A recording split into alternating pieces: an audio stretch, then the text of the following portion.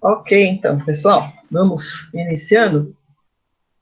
Vamos dar continuidade aqui ao nosso estudo do Apocalipse, né? Estudamos aí de 1 até 8 do capítulo 1. Hoje nós vamos estudar de 9 até 20, né? E como eu mencionei no estudo anterior, a gente vai caminhar sem pressa, né? Vamos ter as interrupções, porque temos os cultos mensais no fim do mês, né? Vai ter.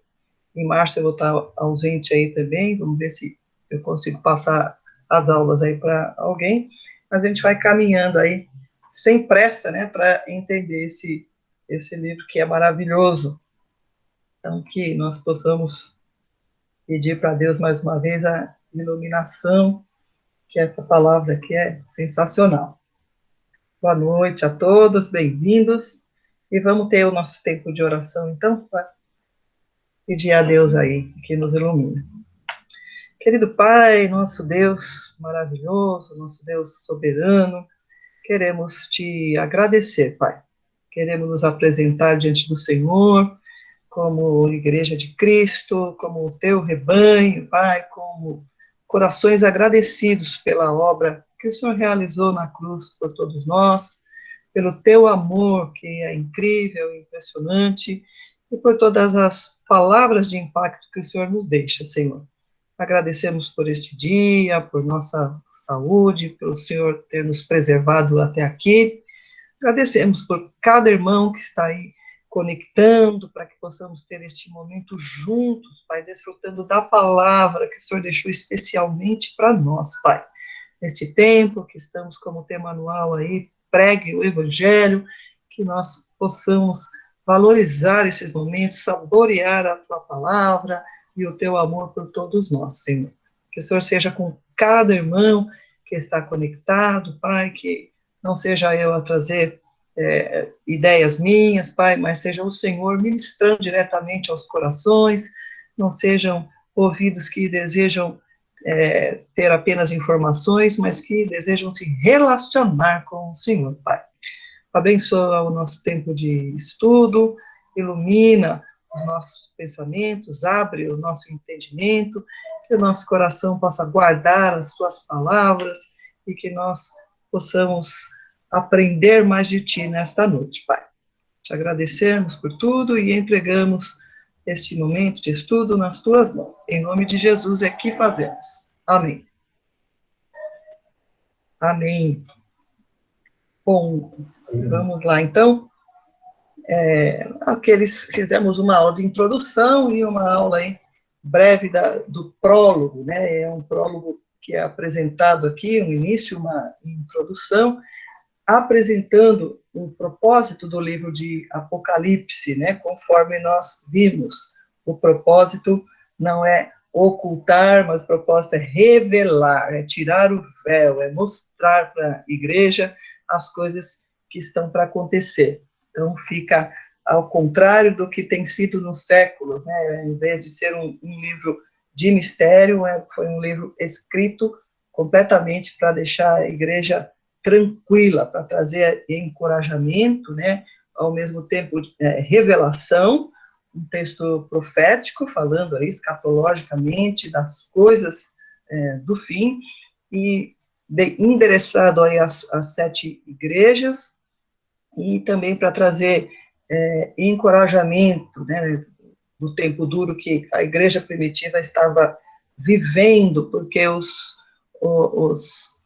governantes, né, os imperadores, eles estavam pleiteando serem adorados como Deus, e logo os cristãos que se negavam a essa adoração, eles eram perseguidos. Então, nós vimos aí esse propósito do texto, vimos logo uma apresentação aí da Trindade, né? Falamos um pouco também dos números e significado dos números, e agora nós vamos para esse texto tão especial, onde João tem a primeira visão, né? Ele tem a visão de Jesus Cristo, né? Jesus Cristo em glória, o Cristo glorioso. Então você possa aproveitar esse texto aí, imaginando todo o cenário que o texto de João compõe aqui, dessa visão, dessa das sensações, né, que descrevem em detalhes como João se apresenta. Então, nós vamos estudar aqui, então, essa parte mostra a importância da segunda vinda de Jesus, né, do retorno de Cristo. E isso é relevante em toda a Bíblia, né, porque há menção da volta de Cristo no Velho Testamento, no Novo Testamento, nos Evangelhos, nas Epístolas, em Apocalipse. Toda a Bíblia fala, né, da importância da volta de Jesus. Então, tem gente que valoriza muito a primeira vinda, é a obra na cruz, mas não capta essa importância dele retornar, né, que eu sempre tenho enfatizado quando eu prego, né, o governante perfeito que vem, né, para nos trazer aí a paz, afinal, ele é o príncipe da paz. Então, mais uma vez, aí, João, ele se afirma aí como autor. Pode passar o slide com o texto. Antes de entrar no texto, eu esqueci, né, que eu tinha prometido para vocês uma linha, né, de tempo para vocês saberem, né, grosseiramente, majoritariamente, o que vai acontecer aqui, né, tudo isso que é relatado aqui. Então, é uma cronologia escatológica, apesar de eu ter deixado bem enfático que o Apocalipse não é cronológico, ele é entrelaçado, várias coisas acontecendo ao mesmo tempo. Então, é uma coisa que parece contraditória, né, mas a gente procura pensar os eventos principais para que possamos ter em mente, né, uma cronologia. A gente trabalha com essa coisa do tempo, né, e essa curiosidade que também tiveram os discípulos. A pergunta de Mateus 24 era essa, né? Quando é que vai acontecer todas as coisas? Como é que vai ser, né? E tem muitas controvérsias, conforme eu já mencionei. Eu vou falar por cima aqui, né, dessa linha do tempo, para que você possa montar aí uma cronologia, embora aí tenha muitas coisas para discutir. Então, na linha que eu montei aí, parte aí da primeira vinda de Jesus, né, o nascimento de Cristo, o verbo encarnado, e aí vem Jesus aí através do povo judeu, nascido do ventre de Maria, que vai, na sua idade adulta, aí, ter o seu ministério terreno, vai pregar, né, naquela região toda, e vai ser crucificado. Então, aí está sinalizado pela cruz, aí tem a morte, a ressurreição, e a própria pregação do Senhor já dizia, né, que é chegado o reino de Deus. João Batista pregava assim, e Jesus igualmente. Então, toda a obra dele, então ali nós temos o reino inaugurado, que seguindo a linha verde ali, vai atingir o clímax ali no reino consumado. Então, reino inaugurado, partindo aí para um curso do reino consumado. Então, é aquela frase que se usa na escatologia, né? A tensão entre o já e o ainda não. Né? Ou seja, o reino já está inaugurado, ainda não está totalmente consumado. Então, retornando ali, o reino inaugurado é o ministério de Jesus, né, que está descrito embaixo ali em azul, e após a ressurreição e a ascensão de Cristo, vem então a era da igreja, né, que é Pentecostes, onde a gente vê ali, situado ali em Atos 2, e vem toda a era da igreja, que vai culminar aí neste tempo, né, que nós já estamos vendo os sinais descritos ali em Mateus 24, o princípio das dores. Então, isso, a grosso modo, é que a gente tem que saber, né? Então, estamos na era da igreja, né, o Espírito Santo, a obra do Espírito Santo acontecendo, e nós já estamos vendo esses sinais, né, o início, o princípio das dores, né? O que mais chama a atenção é esse período aí da tribulação. Então, existe um período da tribulação, que ele é mencionado de várias formas, né? Mas o tempo mais tangível para nós é que essa tribulação vai ter a duração de 7 anos, e ela se divide aí em 3 anos e meio e 3 anos e meio. Então, ela tem essa quebra na metade, o que marca aí a tribulação. Então, os sinais, né, de que as dores vão aumentando e a tribulação vai aumentando, estão descritos lá em Mateus, né, e aí, o que sinaliza, né, um acordo de paz que vai haver com Israel, né, deverá ser assinado aí um acordo de paz com Israel, em toda essa sutileza, né, onde vamos ter a ascensão do anticristo, né, ele vai dominando ainda de uma forma sutil, e ele assina esse acordo de paz com Israel, né, e chega em determinado momento, 3 anos e meio depois deste acordo assinado, ele rompe este acordo, né, e qual é o sinal do rompimento desse acordo, né, é aí que ele resolve, agora eu vou botar para quebrar, né, falando de Satanás, da trindade aí, maligna. Então, aí é que o negócio vai ficar feio. Então, esse acordo é rompido e o sinal de que vem a grande manifestação do anticristo, onde as coisas pioram muito, né, vai ser muito difícil de suportar. O sinal é que o anticristo, ele entra no templo e ele coloca a sua figura ali como sendo Deus, né, querendo expressar aí o domínio. Então, nesse tempo é que é a grande tribulação, né, todo esse tempo é tempo de tribulação, e esses 3 anos e meio últimos aí é um tempo de maior agitação, de maior malignidade, né, um tempo que é descrito em Tessalonicenses, né, e Mateus também. Então, esse é o tempo da tribulação. O que levanta-se de dúvida aí, né? Levanta-se sobre o arrebatamento. Eu coloquei ali em cima uma nuvenzinha azul, porque esse arrebatamento, ele é um mistério, né? Então, o arrebatamento, para a grande maioria, né, principalmente aqui no Brasil, acho que é a linha mais seguida durante muitos anos, né, o arrebatamento, ele acontece antes da tribulação, e a igreja, então, não passaria pela tribulação, que é a primeira setinha que eu coloquei ali, e subindo para as nuvens, né? Essa é a pregação majoritária que a gente escuta por causa do dispensacionalismo, né? Então, a pregação do dispensacionalismo foi muito difundida, principalmente nos Estados Unidos e Brasil, acho que são os países que mais divulgaram isso, né? Porque a gente não quer passar pela tribulação. Então, eu, quando comecei a estudar naquele seminário de Mogi, eles eram dessa linha dispensacionalista, né, que o arrebatamento vem antes da grande tribulação. O que é o arrebatamento? Né? A vinda de Cristo nas nuvens, né?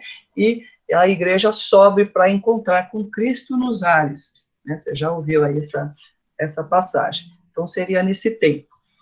Para outros, a igreja permanece aqui durante esses primeiros 3 anos e meio, né? E vai ser arrebatada no meio da tribulação. Quando começa o negócio ficar ruim. Então, quem acha que é antes é pré-tribulacionista, quem acha que é no meio é mesotribulacionista, e também tem os que acham que a igreja vai permanecer aqui, vai estar aqui, porque tem a menção aí, né, da perseguição dos santos, e que só então vem a vinda gloriosa. O dispensacionalismo, ele é uma corrente que prega a era dos pactos, né, as alianças, né, então vai pregar a aliança com Adão, a aliança com Noé, com Abraão, com Jacó, com Moisés, com Davi, e a 7ª aliança, então a nova aliança, a aliança com Jesus Cristo. Então ele trabalha nesse contexto histórico, e é baseado numa Bíblia chamada Bíblia Scofield, que ela que explodiu aí, né, toda esse detalhamento dessa linha de tempo aí, inclusive culminou, né, com aquele filme, com aquela produção lá como chamava mesmo? Deixados para Trás, Deixados para Trás do Tim LaHaye. Então, essas coisas proliferaram muito, então ficou essa ideia principal que o arrebatamento ele é antes da tribulação, mas muitos e muitos outras linhas surgiram, então tem essas dúvidas pairando aí, há muito debate sobre isso.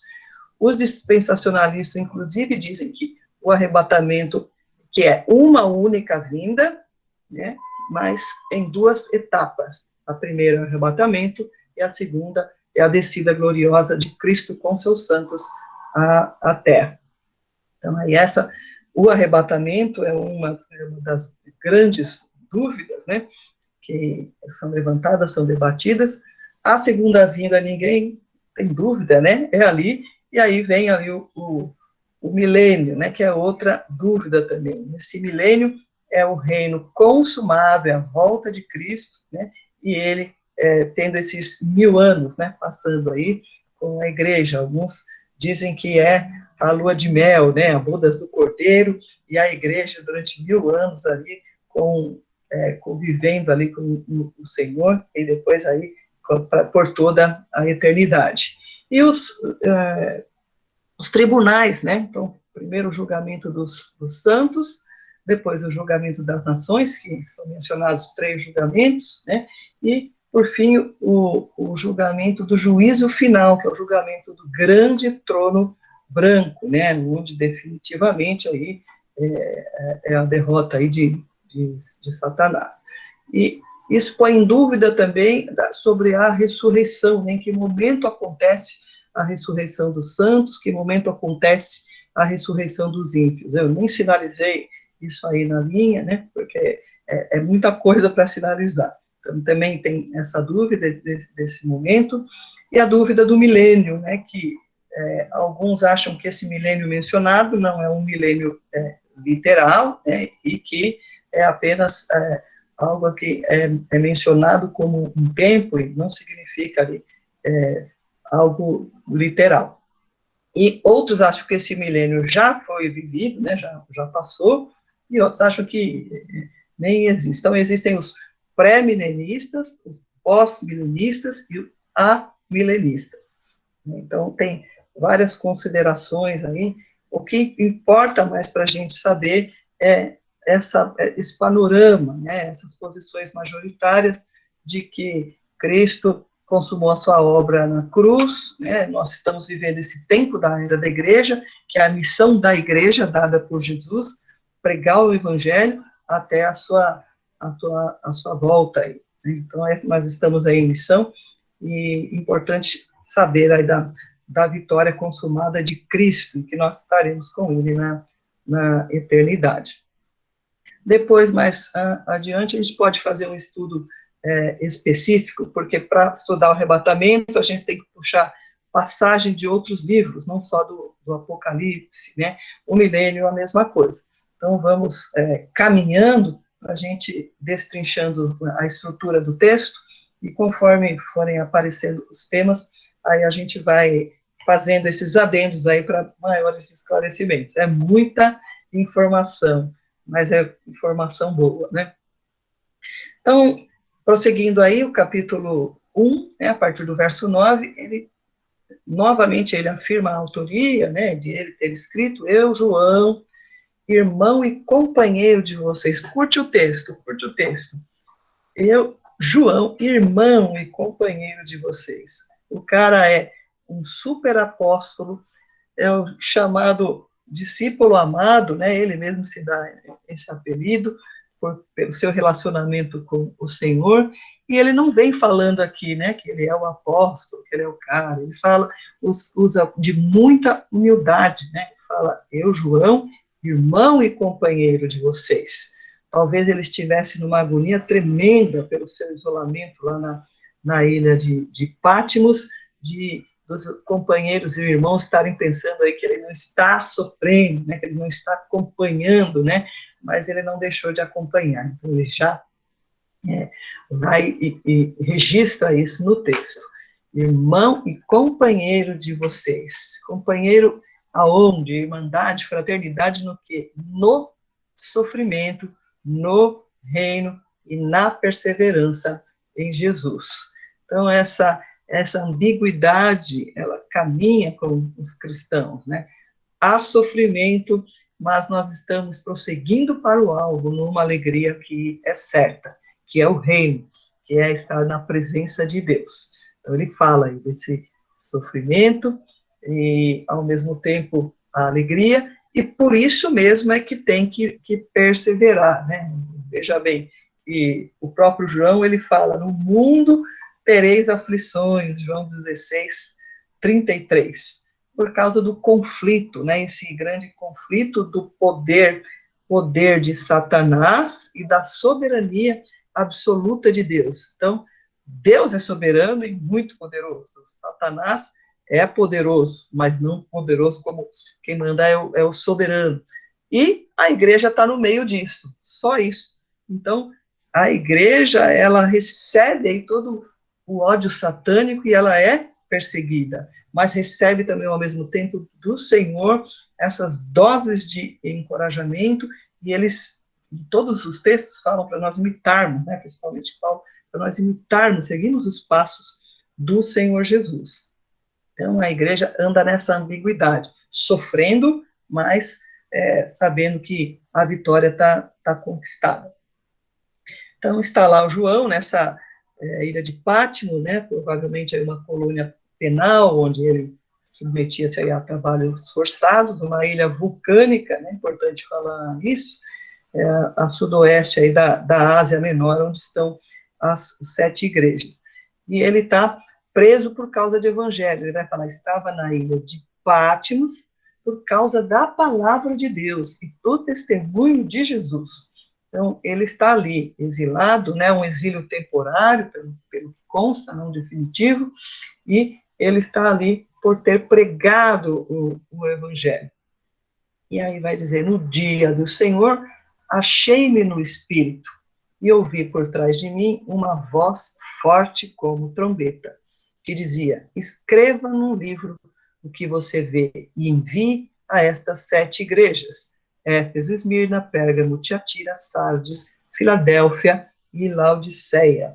Então, essa forma como ele expressa no dia do Senhor, não é aquele dia, a maioria concorda que não é aquele dia escatológico, né, o dia da vingança do Senhor, né, mas é o domingo, né, o primeiro dia da semana, porque já precocemente ali os cristãos deixaram de adorar no sábado, né, de guardar o sábado, e guardavam o domingo. Então, a maioria concorda aí que aí ele está se referindo ao domingo. E ele vai dizer, achei-me no espírito, né? E aí tem uma experiência de continuidade e descontinuidade ao mesmo tempo, né, com o Velho Testamento. Porque no Velho Testamento o Espírito agia de uma forma diferente que no Novo. No Novo Testamento o Espírito vem para dentro de nós, habitar em nós. E lembra as experiências de êxtase, de transe, né, que os profetas tinham recebendo a palavra do Senhor. Mas aqui é ponto que todos concordam, né? Quando ele diz achei-me no Espírito, ele quer dizer aí que ele tem consciência do que ele está vendo, né? E ele está numa comunidade espiritual, como aqui nós estamos reunidos agora, num só Espírito, né? E ele recebe, então, essa visão, né? Uma experiência que não é de êxtase, como até no Antigo Testamento, mas como uma participação consciente aí do apóstolo João. E aí ele recebe, né, a visão, primeiro ele ouve, né, no dia do Senhor, achei-me no Espírito, e ouvi por trás de mim uma voz forte. Então, você imagina, aí ele vai descrever, essa voz era uma voz forte, como de trombeta. A trombeta está sempre relacionada a anúncio, né, a uma chegada que chega chegando, né, chega anunciando. Né? Então dizia, e a voz dizia para João, escreva. Né? Então essa ordem aí, ela vai se repetir várias vezes no texto, né, porque o Senhor fazia questão que isso fosse um registro escrito. Então, era uma ordenança para João, escreva num livro o que você vê e envie a essas 7 igrejas. Aí vai anunciar aí a listagem dessas 7 igrejas, e havia mais igrejas, né? Vocês viram, né? A outra vez eu mostrei no mapinha, que elas ficam assim numa forma de círculo, né? Que é para facilitar o mensageiro que ia fazer a entrega dessa mensagem, para que fosse lida em cada igreja, e dali, então, uma forma concêntrica, fosse espalhado aí para outras igrejas ao redor, né? Então, Colossos, Mileto, Trode, todas as igrejas eram bem próximas ali, e todas iam receber esse texto que o João está escrevendo, né? Então, ele anuncia que como ele se sentiu, né? Então, a primeira coisa não foi uma visão, mas sim ele ouviu a voz. A primeira percepção de João foi a voz, que ele associa como a voz de trombeta. Pode passar? E agora ele vai ter a visão do Cristo exaltado, né? Então, é uma visão maravilhosa que acho que a gente tem que ler com muito temor e muita reverência, né? Porque esse Cristo apresentado aqui, ele é completamente diferente do Cristo que a gente vê lá, um homem simples e depois totalmente ali desprezado, zombado na cruz, né? Agora ele vem em toda a sua glória, em todo o seu poder, né? E João teve essa oportunidade de receber. O que será que passava na cabeça do João, né? Quanto a perspectivas da igreja? E é impressionante que Deus abre uma janela no céu e permite que ele tenha essa visão e apresentar esse direcionamento às igrejas. Então, o texto é muito bonito. Então, primeiro ele ouviu aquela voz era forte, parecia uma trombeta, e aí ele vira, né? Ele diz, voltei-me para ver quem falava comigo.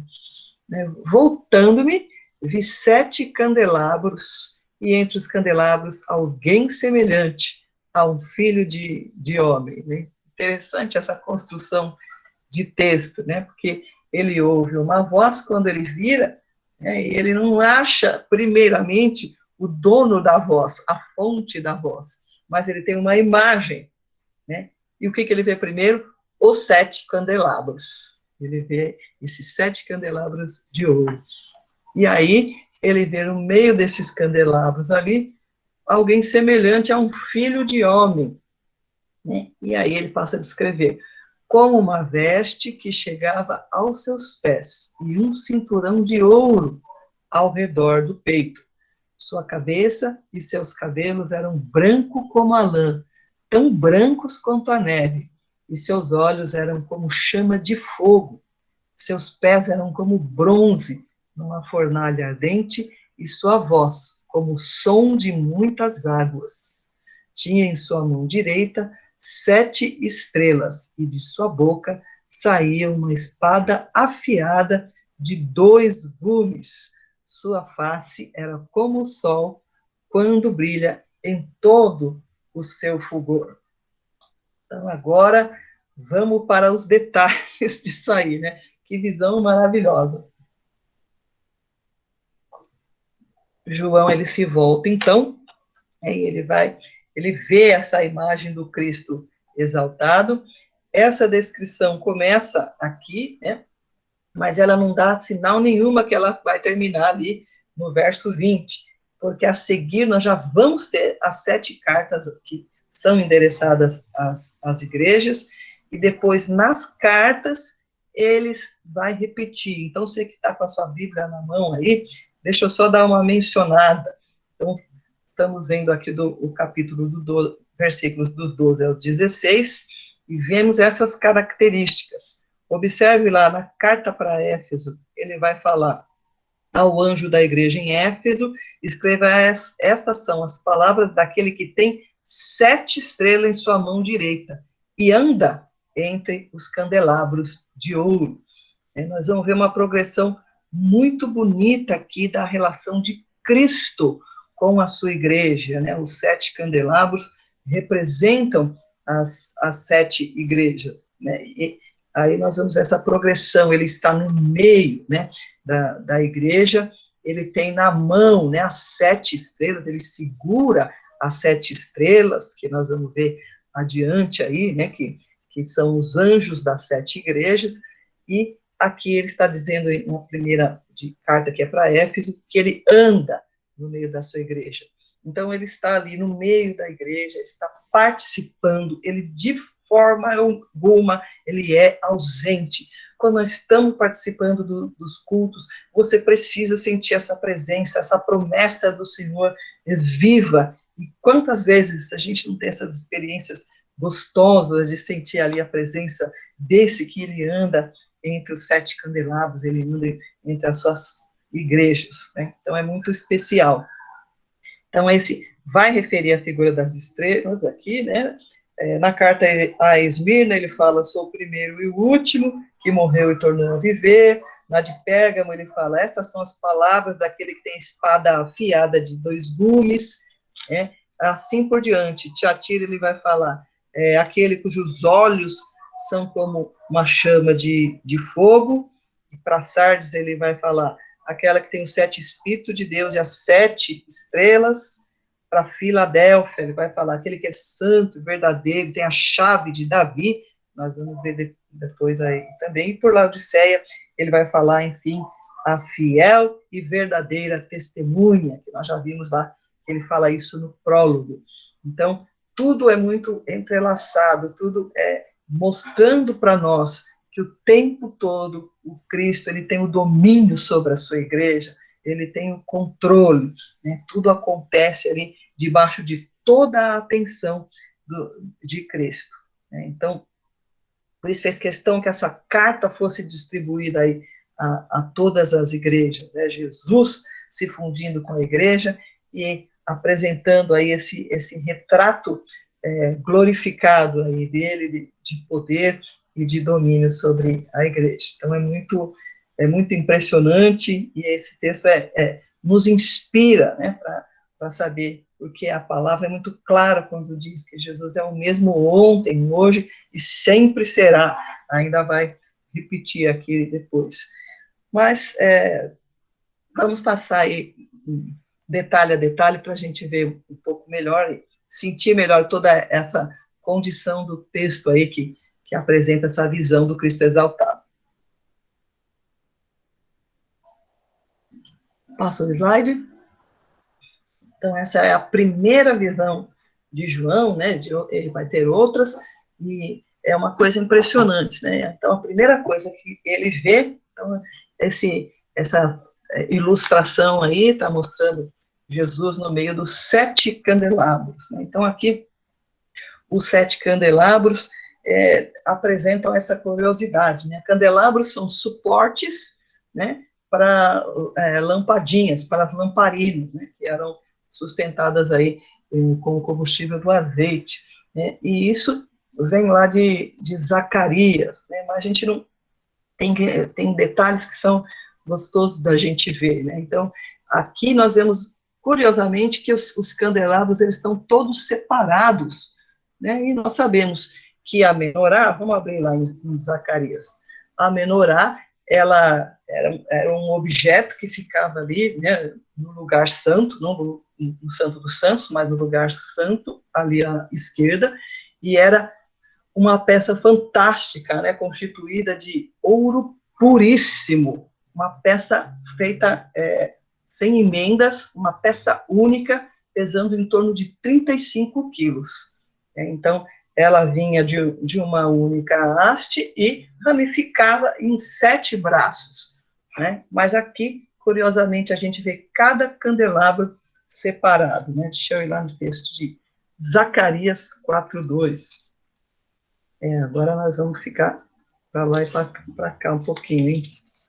Vou achar o Zacarias aqui. Zacarias 4:2.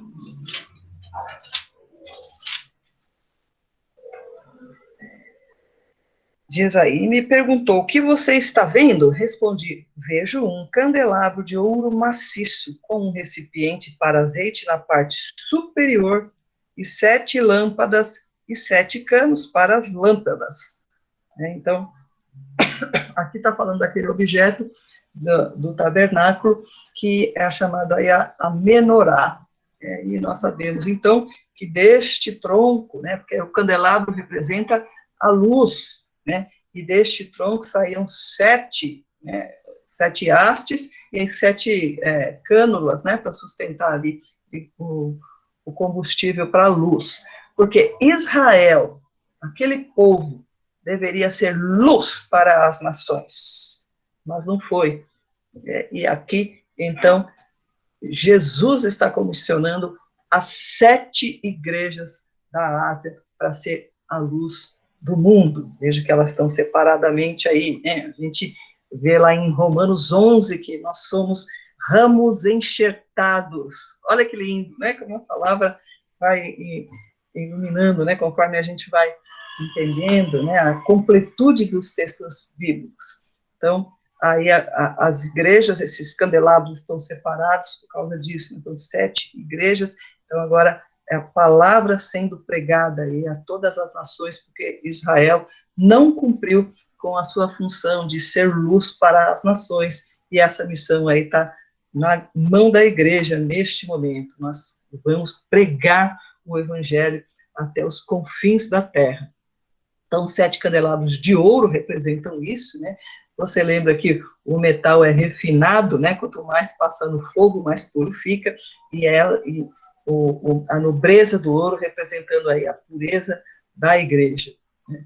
7 candelabros, então, nas igrejas, aí fala, né? Semelhante a um filho de homem, né? Parece que é um filhotinho de homem, porque a João fica, acho que em dúvida, né?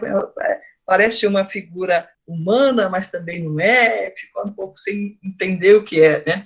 Mas essa expressão também é usada lá em Daniel 7, 13 e 14. Agora pega a Bíblia aí que a gente vai ter que ler alguns textos, eu não dava para colocar todos aqui. Vamos lá. Então, semelhante a um filho de homem, Daniel 7, 13. Deixa eu procurar aqui. Em minha visão à noite vi alguém semelhante a um filho de homem, vindo com as nuvens dos céus. Ele se aproximou do ancião e foi conduzido à sua presença. Ele recebeu a autoridade, glória e o reino. Todos os povos, nações e homens de todas as línguas o adoraram. Seu domínio é um domínio eterno que não acabará, e seu reino jamais será destruído. Então, aqui, a expressão filho de homem também aparece no livro de Daniel, e é a descrição de Jesus também, né, no Evangelho de Lucas, nós estudamos isso recentemente. Então, vem aí um filho do homem, semelhante a um filho do homem, e vai falar das vestes longas, né, que se remete aí à túnica do sumo sacerdote. Né? Então, o sumo sacerdote tinha uma roupagem específica, né, era uma roupa de linho, branca, tinha todo aquele ritual de preparo, e ela quer dizer aí também a roupa não dos sacerdotes, mas do sumo sacerdote, numa posição de autoridade, né, isso aí a gente pode ver lá em Daniel 7, não, desculpe, Daniel 10, 5. Daniel 10, 5.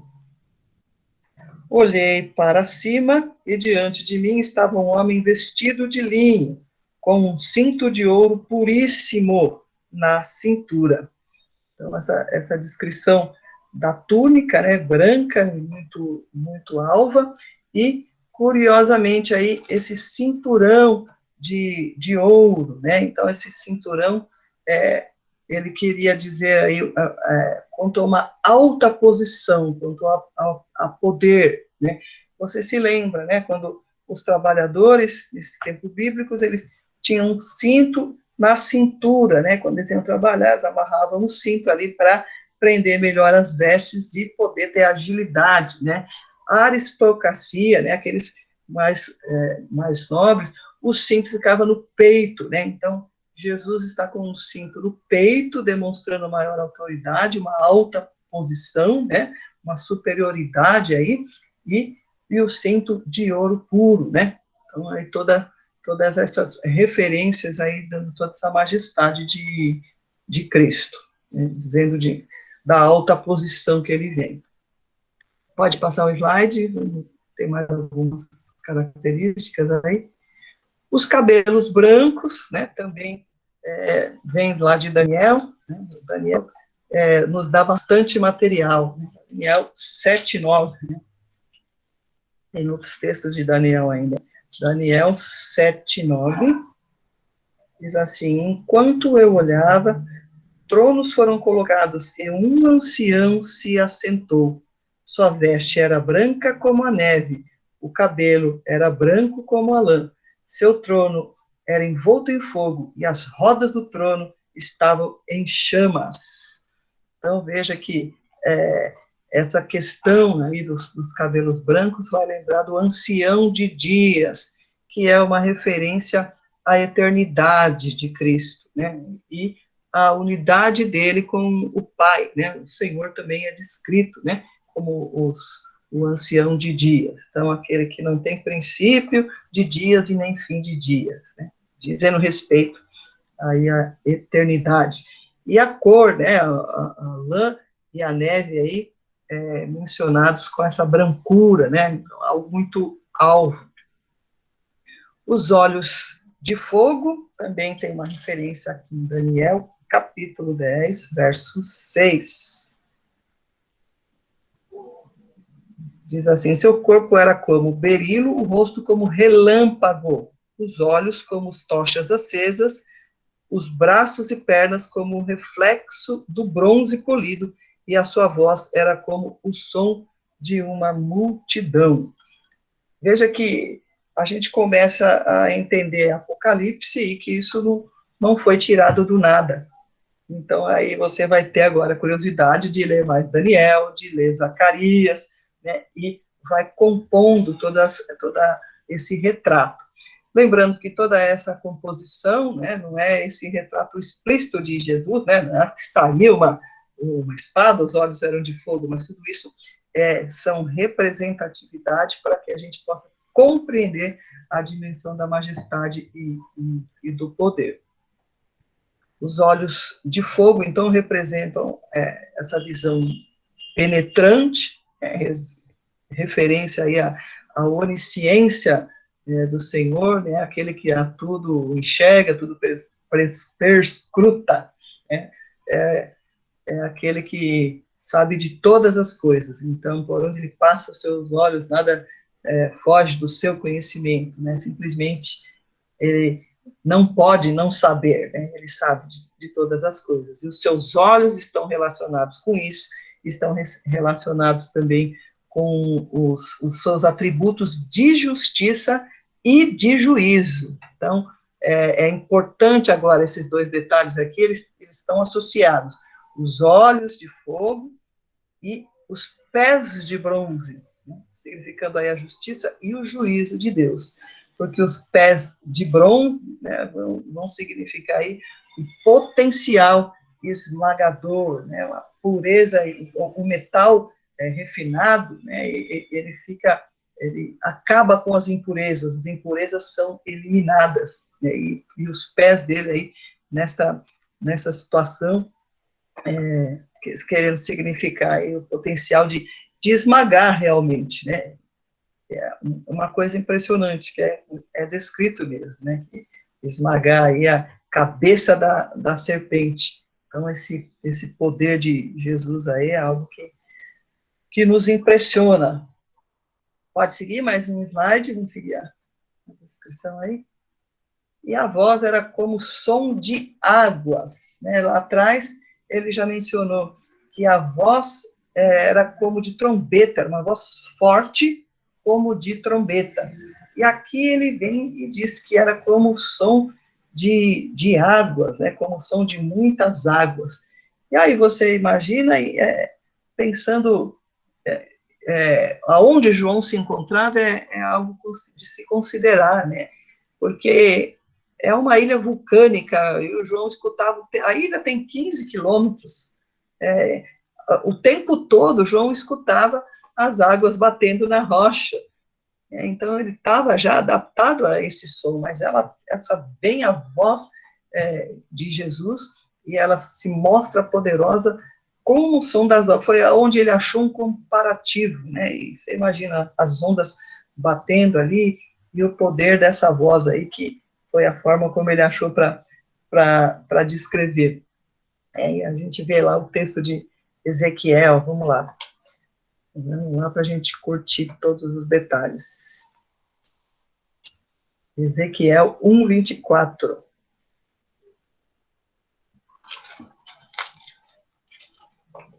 Ezequiel 1:24. Ouvi o ruído de suas asas quando voavam, parecia o ruído de muitas águas, parecia a voz de Todo-Poderoso. Era um ruído estrondoso, como de um exército. Quando paravam, fechavam as suas asas. E o 43, ainda no livro de Ezequiel, né, 43:2, também faz essa referência. 43:2. E vi a glória de Deus, de Israel, que vinha do lado leste. Sua voz era como um rugido de águas avançando, e a terra refulgia com a sua glória. Então, a gente nem imagina, né, como era esse ruído, mas as palavras que João achou para colocar em figuras para nós foram essas, né, uma voz como o som de muitas águas. A gente imagina, quando dá essas tempestades, o negócio já é de tremer. Agora você imagina a voz que ele ouviu aí. As 7 estrelas na mão direita, né, e que já está explicado aqui no próprio texto, né, no final aqui, versículo 20, que é o último que nós vamos estudar hoje. Este é o mistério das 7 estrelas que você viu em minha mão direita e dos 7 candelabros. As 7 estrelas são os anjos das 7 igrejas, e os 7 candelabros, as 7 igrejas. Então, a gente diz que aqui é uma chave hermenêutica, porque ele mesmo, o próprio texto, explicou aí o simbolismo que queria dizer. Então, essas estrelas aí estão na mão direita e são os anjos das igrejas. E aí surge discussão do que seriam esses anjos. Então, poderia ser simplesmente a palavra grega, anjo é mensageiro, né? Podia ser simplesmente o mensageiro que vai entregar essas mensagens na igreja, poderia ser o pastor da igreja, bispos e presbíteros que estavam nomeados em cada uma das comunidades, chamados aí a autoridade eclesiástica local, né, como sendo aqueles que iam anunciar. Então, eles mostra também a questão de poder e autoridade, né? Então, o controle do Senhor. Da boca saía uma espada que representa aí a autoridade, né? Essa é bem impressionante, que a palavra toda diz, né? Que toda a criação foi feita, né? Ele fala e as coisas vêm à existência. Então, ele não precisa de nenhuma arma, ele não precisa de uma espada, ele fala. Mas a representação aqui é como se estivesse saindo uma espada da boca dele. E uma espada de 2 gumes, né? Associam-se a espada romana, né? Uma espadinha curta que corta dos 2 lados, né? Chama Cláudio. E é um poder, né? De toda a autoridade de aplicar o juiz, né, e ser autoridade judicial universal, como está descrito aí. É legal a gente ler o texto lá de Isaías, vamos lá para Isaías 11:4.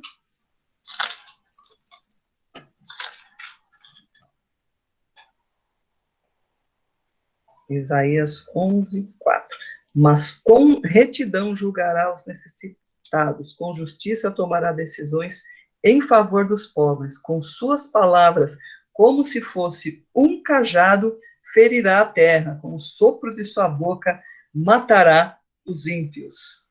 Então, observe que aqui está fazendo a menção de cajado, né? E aí depois essas palavras às vezes se tornam de mais poder de juízo, né? Ainda em Isaías, o texto de 49:2. 49:2. Ele fez da minha boca uma espada afiada, na sombra de sua mão ele me escondeu, ele me tornou uma flecha polida, e escondeu-me na sua aljava. Aqui a gente vê o texto, né, também completamente de acordo, né, com os textos lá da sabedoria que a gente vê, né, os filhos são flechas na aljava, né, e o Senhor Jesus aí como uma flecha também. Então, a questão da espada é muito bonita, né, e ela aparece no Novo Testamento numa forma de vitória definitiva, né, lá em 2 aos Tessalonicenses, capítulo 2,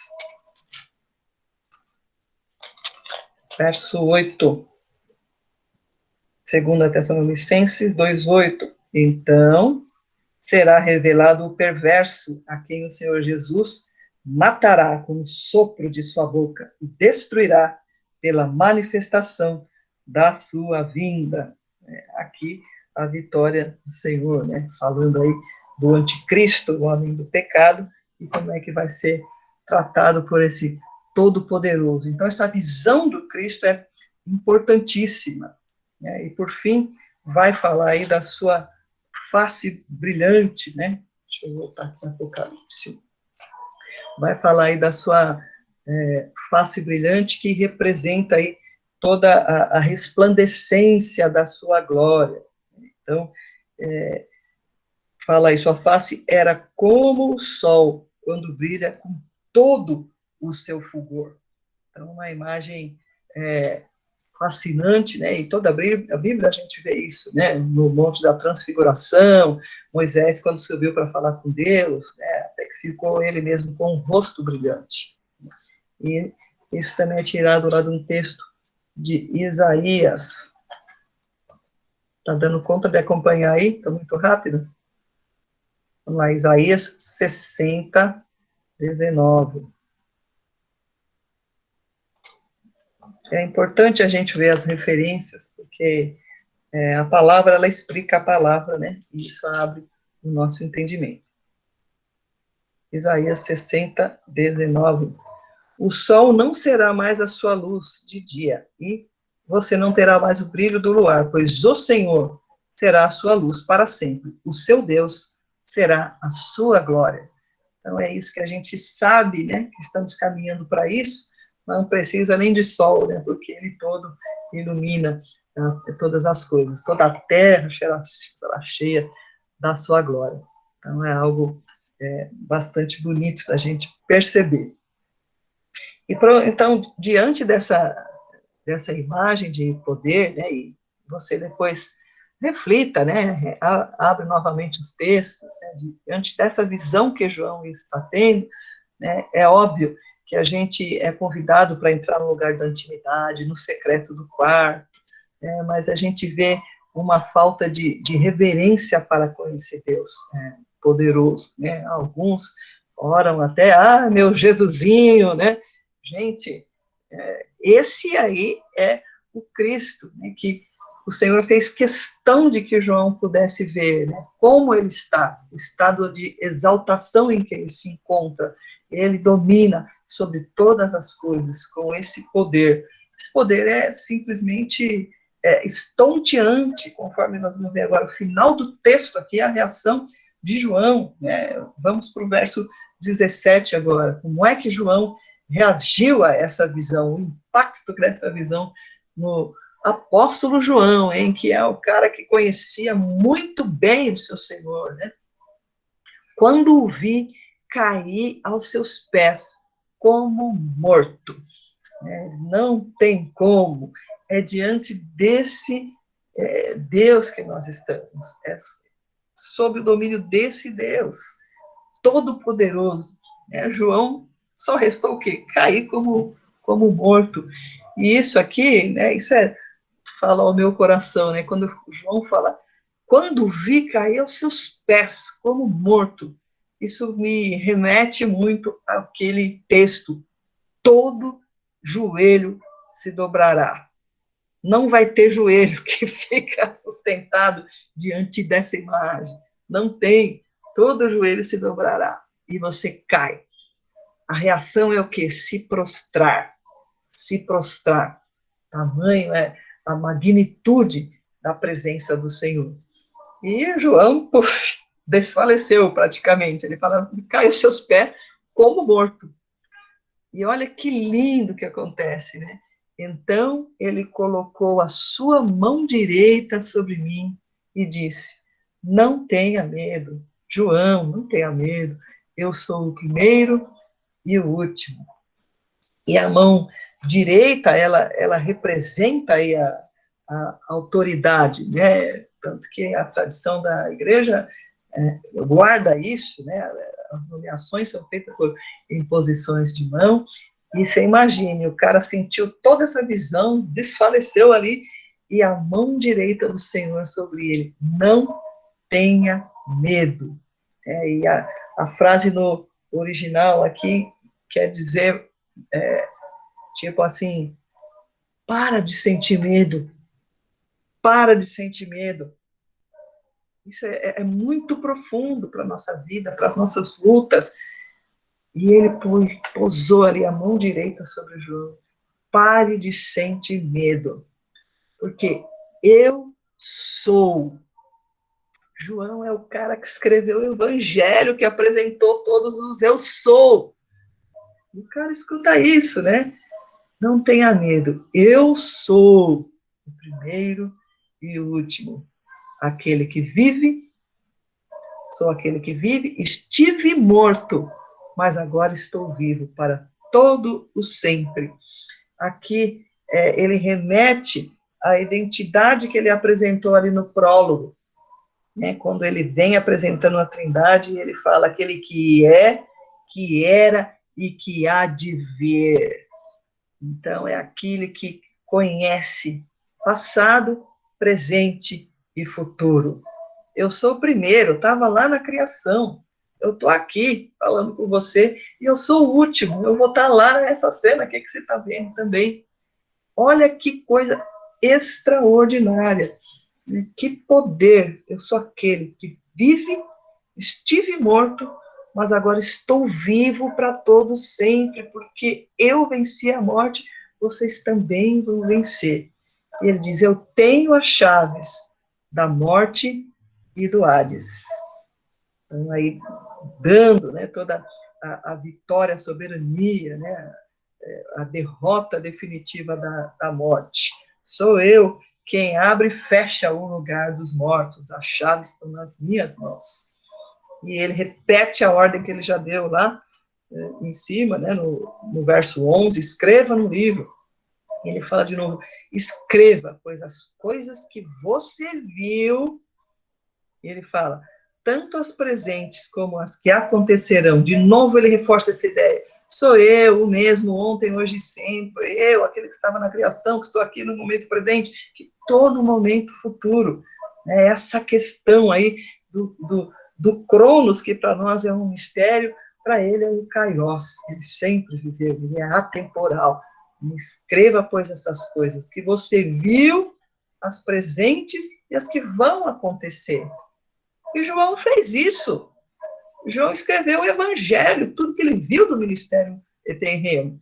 Evangelho de João, trazendo a identidade de Cristo como Deus, o Filho de Deus. E ele viu as coisas presentes, ele viveu a igreja, ele ministrou em Éfeso, ele escreveu as 3 epístolas, e ele escreveu o futuro, e ele escreveu o Apocalipse. Olha que maravilhoso. E aí ele encerra falando, este é o mistério das 7 estrelas que você viu em minha mão direita, e dos 7 candelabros. As 7 estrelas são os anjos das 7 igrejas, e os 7 candelabros são as 7 igrejas. Então aqui todo o domínio do Senhor, o controle do Senhor, né, nada escapa ali da percepção de Jesus Cristo, né, com toda essa figura que nós não vemos como literal, como uma espada, olho de fogo, né, senão fica até feio, mas ele é maravilhoso, ele é o Todo-Poderoso, né, e ele cuida da igreja. Então, os anjos da igreja, que também tem aquela controvérsia, se são, acho que eu nem mencionei, né, se são os mensageiros, se são os pastores, ou se são anjos mesmos que ele envia, né, nós vemos em Hebreus que os anjos são seres ministradores, né, e nós vemos que há um exército celestial que está à disposição do Senhor, como ele mesmo revela, né, nas Escrituras. Então, seja o que for, eu creio que é tudo, de tudo tem um pouco, né, porque de todo esse controle, esse domínio, né, e essa atenção que ele dá para a igreja. E é muito bonito, como ele fala para João, pare de sentir medo, eu sou o primeiro e o último, eu estou te levando para o tempo da vitória, para o tempo aí do reino face a face com Deus. Já pensou você ter essa visão? Pois você vai ter, você vai ver esse Cristo, né? Então, é algo bastante consolador, um refrigério muito grande a gente ver esse texto, e a gente vai querer bater um papo com o João, né, quando a gente estiver junto dele, né, porque que experiência fantástica, né, ele teve experiências terríveis, com certeza, de perseguição, de sofrimento, mas essa visão aí, acho que foi, assim, de tirar o fôlego do discípulo amado. Muito legal, muito legal. Eu amei essa parte aqui, e a partir da semana que vem a gente já entra nas cartas da igreja.